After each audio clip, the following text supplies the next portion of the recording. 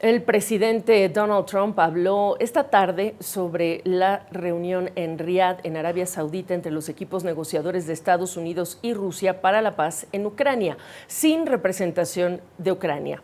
Trump dijo que los argumentos de que las elecciones en Ucrania son un requisito antes de un acuerdo con Rusia es un señalamiento suyo y otros países, pero no de Rusia. Y ante las quejas ucranianas de no tener un lugar en la mesa de negociación, Trump dijo falsamente que en primer lugar Ucrania no debió haber comenzado el conflicto. Mire. When they want a seat at the table, you could say the people have to, wouldn't the people of Ukraine have to say, like, you know, it's been a long time since we've had an election. That's not a Russia thing. That's something coming from me and coming from many other countries also. But today I heard, oh, well, we weren't invited. Well, you've been there for 3 years. You should have ended it 3 years. You should have never started it. You could have made a deal.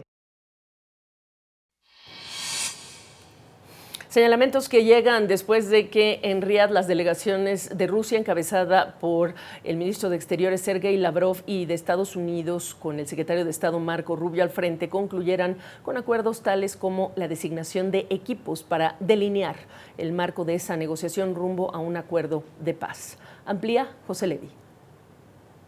En Moscú esperan que esta reunión en Arabia Saudita les permita regresar a la gran diplomacia internacional. Esto después de que Rusia hace prácticamente 3 años invadiera Ucrania y esto llevara al rechazo de Occidente, de Estados Unidos, de Europa, de otros países. Ahora de alguna forma se vería una especie de rehabilitación rusa y de que el frente hasta ahora unido de Occidente ya no estaría tan cohesionado. Vemos que lo que dijo tras el encuentro Sergei Lavrov es que de alguna forma ahora ya se escuchan los argumentos de su país. Creo que la reunión fue muy útil. No solo nos escuchamos, sino que nos entendimos, y creo que la parte estadounidense ciertamente comenzó a entender nuestro lado del argumento que ha sido expuesto muchas veces por el presidente Putin. De su parte, Steve Witkoff, el enviado especial estadounidense, aseguró que es difícil pensar en resultados mejores. De su parte, Mike Waltz, el secretario de Seguridad Nacional estadounidense, afirmó que en las negociaciones sobre el tema de Ucrania habrá que tratar temas como territorios y también temas relacionados con la seguridad. En cualquier caso, Marco Rubio, el secretario de Estado estadounidense, aseguró que se levantan equipos de trabajo para tratar estos temas. Lo que afirma es que será necesario llegar a acuerdos que sean aceptados por todos. Él, frente a las críticas de Ucrania, de Europa, por el hecho de que están avanzando con negociaciones sin que ellos estén envueltos en ellas, lo que afirma Marco Rubio es que en estos procesos primero hay que hablar con un lado, luego con el otro, y de esta forma poder avanzar hacia una solución. El objetivo es, y estamos de acuerdo en cuál es, el objetivo es poner fin a este conflicto de una manera que sea justa, duradera y sostenible y aceptable para todas las partes involucradas. ¿Cómo se verá eso? Bueno, de eso se trata este compromiso permanente. También se decidió en este encuentro temas bilaterales entre Estados Unidos y Rusia, como por ejemplo el comenzar una normalización a nivel diplomático en lo que es la embajada de Estados Unidos en Moscú, la rusa en Washington. Según afirma Marco Rubio, aquí se abren oportunidades realmente extraordinarias para ambos países. José Levi, CNN, Jerusalén.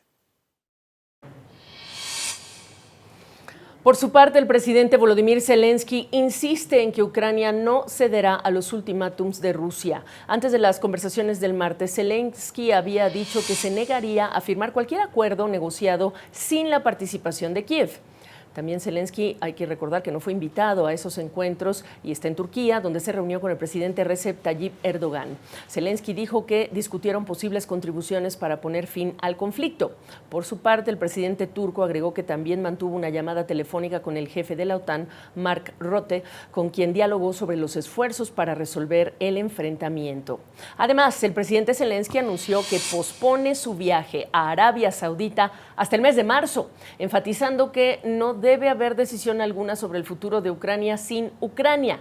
Y desde Turquía, Zelensky dijo que la reunión de Estados Unidos y Rusia en Riad fue una sorpresa para él y para muchos otros, que le importa lo que los países aliados de Ucrania piensen y por lo tanto no quiere que haya coincidencias. Por ello, agregó, realizará una visita oficial, sí, a Arabia Saudita, pero esta será el 10 de marzo, cuando espera que también llegue una delegación estadounidense. Por su parte, el presidente francés Emmanuel Macron conversará este miércoles en unas horas sobre la guerra en Ucrania con varios estados europeos y no europeos. Según dijo el gobierno francés en un comunicado, Macron recibirá al presidente interino de Rumania y tendrán una videoconferencia informal con otros jefes de Estado y de gobierno. Según la información oficial, el objetivo es reunir a los interesados en la paz y la seguridad en Ucrania y Europa. La convocatoria, le recuerdo, llega luego que los líderes europeos quedaron excluidos también de las conversaciones bilaterales de Estados Unidos con Rusia en Arabia Saudita y organizaron su propia cumbre de emergencia en relación con este tema el lunes. Ese es el contexto complejo, complicado, con mucha información, pero vamos a analizarlo ya con el analista internacional Mauricio Mechulam. Qué gusto saludarte, Mauricio, ahora en Mérida, en México. A ver, por todo lo que hemos escuchado en las últimas horas en relación con este encuentro Estados Unidos-Rusia, pareciera que hay una misión muy clara de la administración Trump y es casi rehabilitar, reincorporar al escenario internacional a Rusia y a Vladimir Putin. Así es, querida Gaby, gracias por invitarme. Y pues estamos viviendo cambios, me parece a mí, enormemente relevantes. Yo creo que lo primero de lo cual tenemos que partir es que Rusia se encuentra en una posición de fuerza en este momento, en términos de la guerra, en términos del territorio, en términos de su capacidad de continuar adelante con las hostilidades si así lo quisiera. No significa que no haya perdido cosas o que no esté pagando costos, pero si tú haces un balance relativo en el momento en el cual nos encontramos hoy, febrero del 2025, Rusia tiene una posición de fuerza y por lo tanto negociar en este preciso instante con Rusia implica efectuar una serie de concesiones a Rusia. Y esto lo sabe Trump y lo sabe el equipo de Trump, lo sabe prácticamente todo el mundo.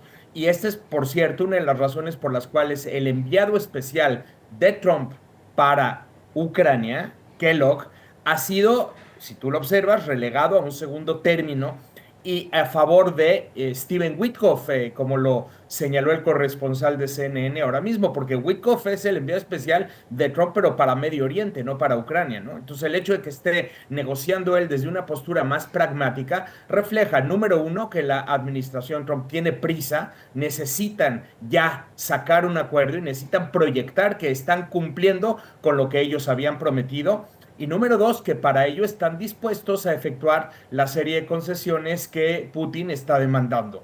Y esto implica relegar a Zelensky a un segundo plano. Y también eso es una de las demandas de Putin, ¿eh? Putin está demandando quitar a Zelensky del escenario, específicamente a Zelensky.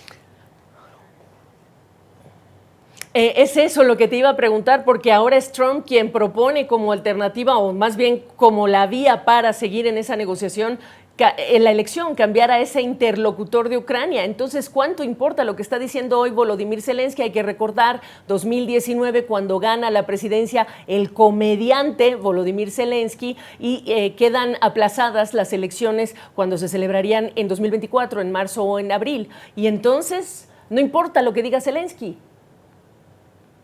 No, es que justamente el tema de Putin, no olvidemos por dónde empezó todo, era desnazificar y desmilitarizar a Ucrania. Ese era su discurso. Y desnazificar implicaba quitar el régimen que actualmente gobierna Kiev. y desmilitarizar implicaba pues tener un territorio prácticamente neutral.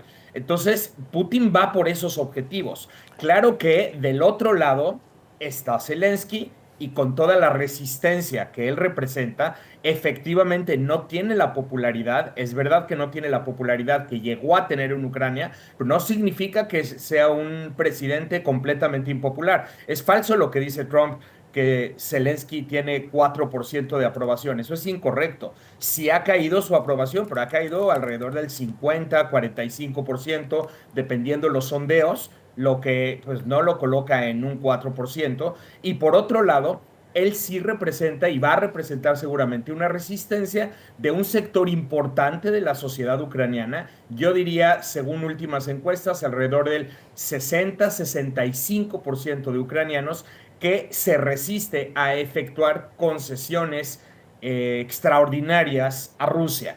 Y esto respaldado por una serie de países europeos.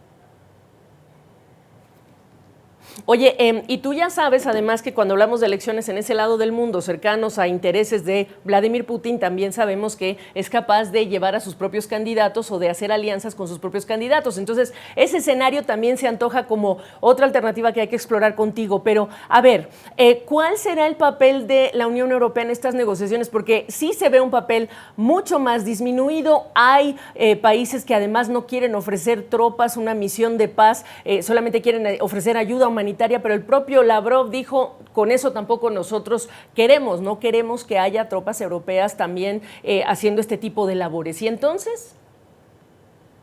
Pues es que justo es lo que estoy diciendo. ¿Por qué habría Rusia de aceptar tropas europeas en Ucrania si Rusia en este momento está en una posición de fuerza y quiere efectuar todas las demandas que quiere efectuar y además tiene a Trump de su lado? Entonces, y del otro lado, justo lo que preguntas, lo que no hay en Europa en este momento es una posición unificada. Si tienes posturas de fuerza, quizá representadas sobre todo por Reino Unido, por Francia, pero no parece haber una postura unificada en toda la Unión Europea y por lo tanto no en toda la OTAN. La OTAN que además incluye a Estados Unidos y a Canadá, pero digamos el lado europeo de la OTAN no tiene una postura ni siquiera ellos mismos unificada. Y esto por supuesto que genera una posición fragmentada que difícilmente respalda lo que Zelensky va a tratar de hacer. Y esto lamentablemente pues sí, o sea, deja solamente a Trump con Putin negociando términos que Putin está aparentemente imponiendo. Es muy relevante. Este fin de semana fue la conferencia de seguridad en Múnich y le preguntaron al general Kellogg, que es el enviado especial de Estados Unidos para Ucrania, le preguntaron, ¿y qué concesiones van ustedes a demandar de Putin? Y la verdad es que no respondió con contundencia. ¿Qué episodios está escribiendo de la historia, Mauricio? Y qué bueno tenerte para que nos ofrezcas tu perspectiva. Gracias. Buenas noches. Buenas noches. Encantado de colaborar. Seguimos al pendiente. Gracias.